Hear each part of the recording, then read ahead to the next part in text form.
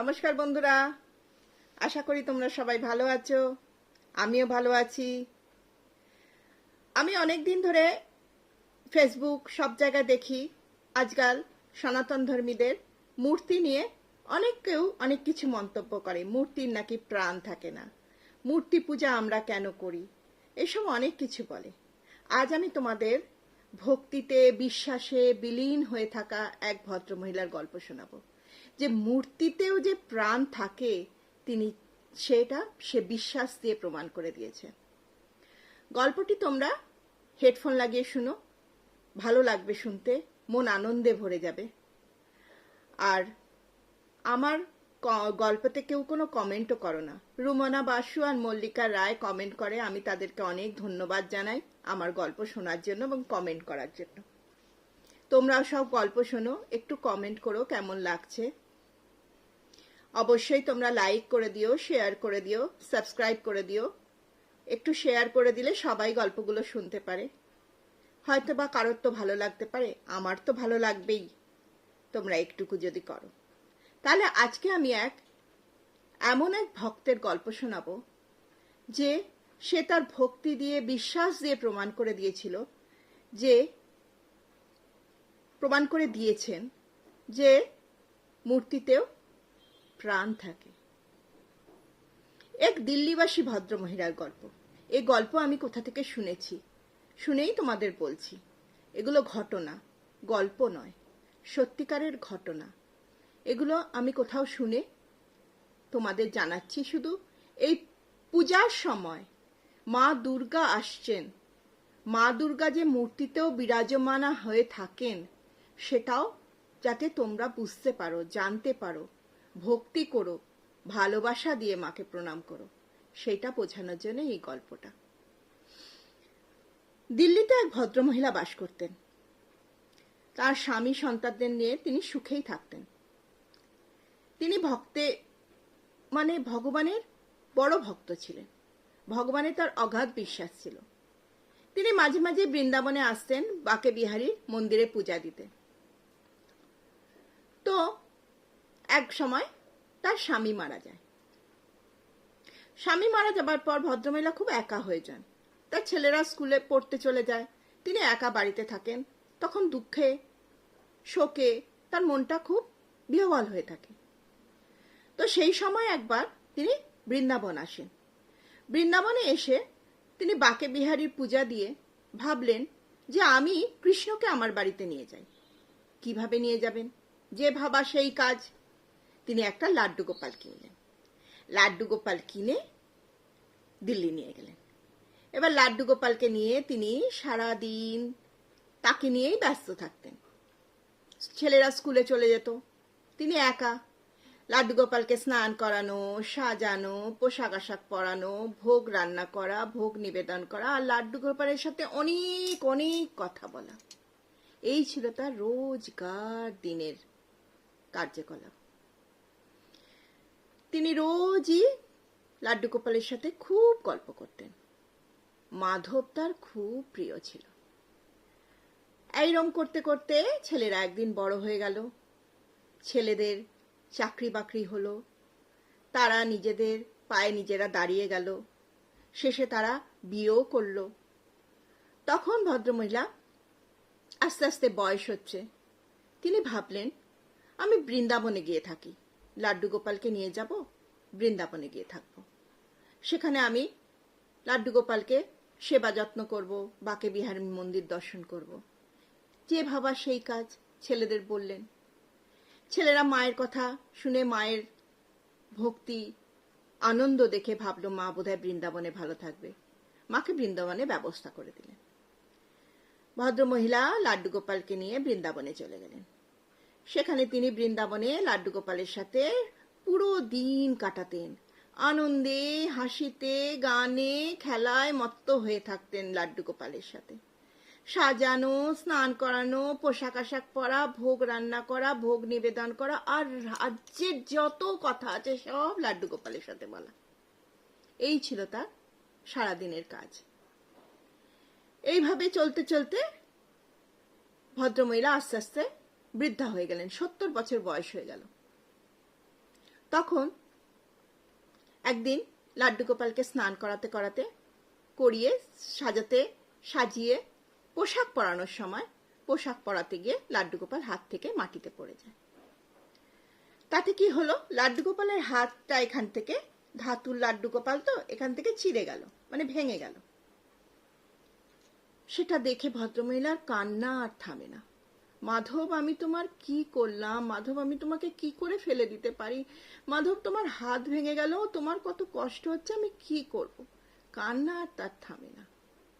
বৃদ্ধা লাড্ডু গোপালকে কোলে নিয়ে সদর দরজার সামনে বসে কেঁদেই চলেছেন আর নিজেকে দোষারোপই করে চলেছেন। সেই সময় পাড়া প্রতিবেশীরা কিছু এসে বৃদ্ধাকে বললেন, মা, আপনি এরকম করছেন কেন? এরকম তো হাত থেকে পড়ে যেতেই পারে, হয়ে গেছে অঘটন, এতে কিছু হয় না। তখন বৃদ্ধা বলছে, না, আমার লাড্ডু গোপালের হাত ভেঙে গেছে, আমি কি করব? আমার লাড্ডু গোপাল কত কষ্ট পাচ্ছে। তখন একজন বলল যে, ভাঙা মূর্তি তো ঘরে রাখতে নেই, মূর্তিকে জলে বিসর্জন দিয়ে আর একটা লাড্ডু গোপাল নিয়ে এসে পুজো করুন। বৃদ্ধা বলল, না না না না না, সে কি করে হয়?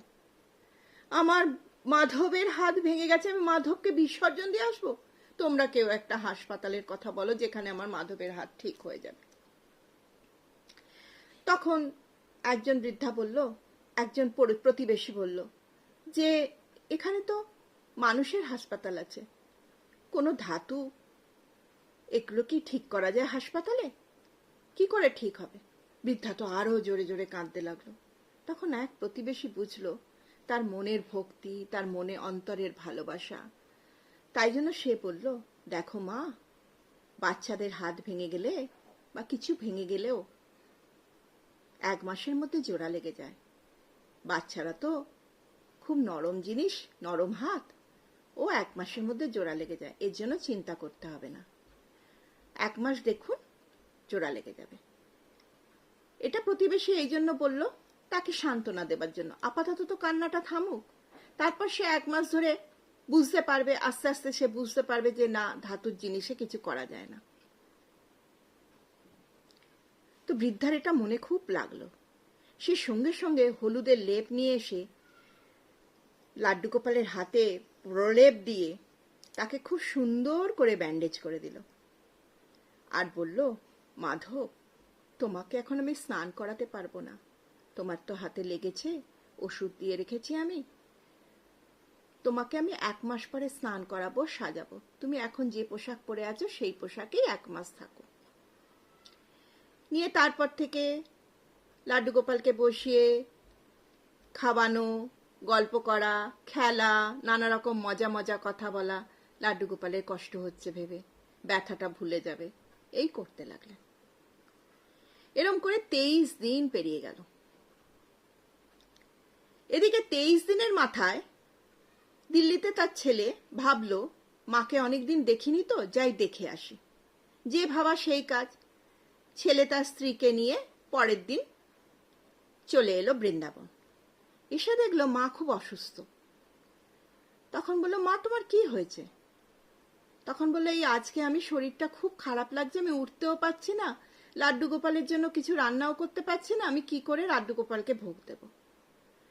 তখন বৌমা বলল, মা, আপনি কিছু ভাববেন না, আমি তো এসে গেছি, আপনার একটু সেবা যত্ন করব।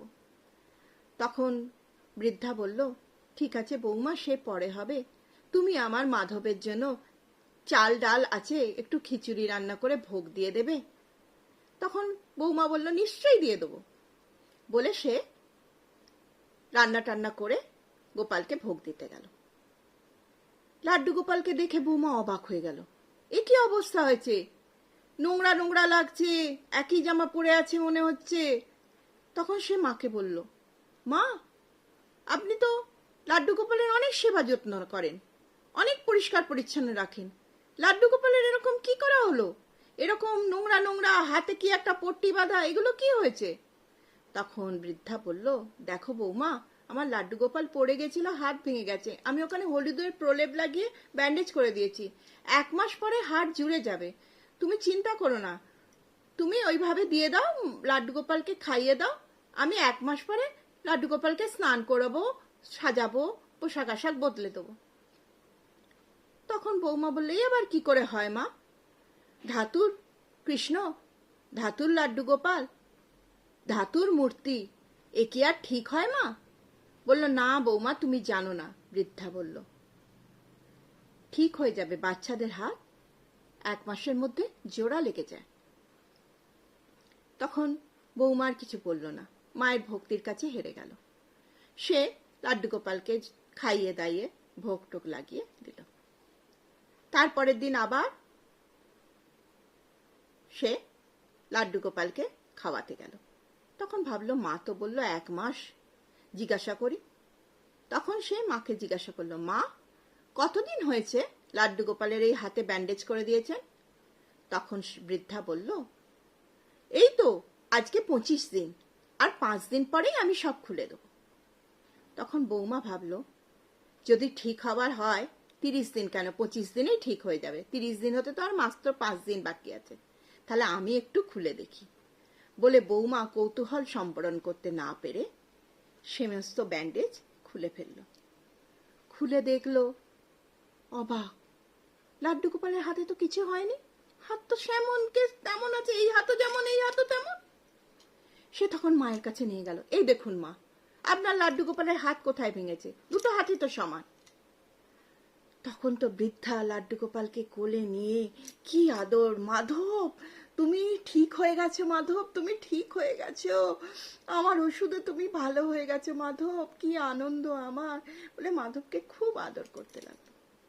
এই দেখে বৌমা স্তম্ভিত হয়ে গেল, ছেলেও অবাক হয়ে গেল। মা কি বলছেন, হাত ভেঙে গেছিল, জোড়া লেগে গেছে? বলে, হ্যাঁ বৌমা, এখানে হাতটা ভেঙে গেছিল, আমি তো প্রলেপ লাগিয়ে দিয়েছি হলুদের, তারপরে তো জোড়া লেগে গেছে। তখন ছেলে আর বৌমা ভাবলো, মায়ের ভক্তি কি অনবদ্য, ধাতুর মূর্তিও জোড়া লেগে যায়। তাহলে তো বুঝলে মূর্তির ভেতর প্রাণ থাকে কি থাকে না। 3 দিন মূর্তি বাড়িতে এনে পুজো করা, 3 দিনের মধ্যে মূর্তির মধ্যে প্রাণ এসে যায়। এটা জানো কি? তোমার ভক্তি দিয়ে, ভালোবাসা দিয়ে আর অগাধ বিশ্বাস দিয়ে যদি তুমি সেই মূর্তির পূজা করতে পারো, তাকে যদি নিজের মনে করো, নিশ্চয়ই আসে। আমরা মূর্তি পূজা করি কেন? সকারাত্মক শক্তিকে নিজেদের মধ্যে আনার জন্য। তাকে নিজেদের মনে করি বলে না, তার একটা অবয়ব তৈরি করে আমরা তাকে পূজা করি, ভালোবাসি, শ্রদ্ধা করি, বিশ্বাস করি। তাই বিশ্বাস করো, অন্তরে বিশ্বাস রেখো, ভগবান মূর্তিতে আছেন। ভগবান ঠিকই তোমার কথা শোনেন, তুমি তাকে যা জিজ্ঞাসা করছো, যা কথা বলছো, সব কিছু তিনি শুনছেন। তিনি তাতে রিয়াকশনও দেন। কখনো কখনো তোমার প্রশ্ন থাকলে তার উত্তর তুমি কোনো না কোনো জায়গা থেকে তার সংকেত পেয়ে যাবে। এটা ভগবানের লীলা। শুধু তিনি চান মনের ভালোবাসা, ভক্তি আর অগাধ বিশ্বাস। এইটুকু করো, তাহলেই দেখবে মূর্তির মধ্যেও প্রাণ আছে।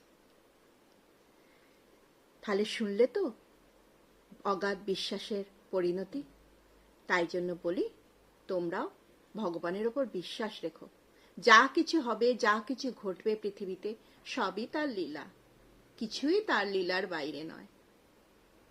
অতএব তোমাদের যদি গল্প ভালো লাগে, তোমরা অবশ্যই লাইক করো, শেয়ার করো, সাবস্ক্রাইব করো। আমারও তো একটু ভালো লাগবে, তোমরা কেউ শুনছো, লাইক করছো, কমেন্ট করছো। তাহলে আজকে আমি আসি, আবার একটা নতুন গল্প নিয়ে আসবো। রাধে রাধে।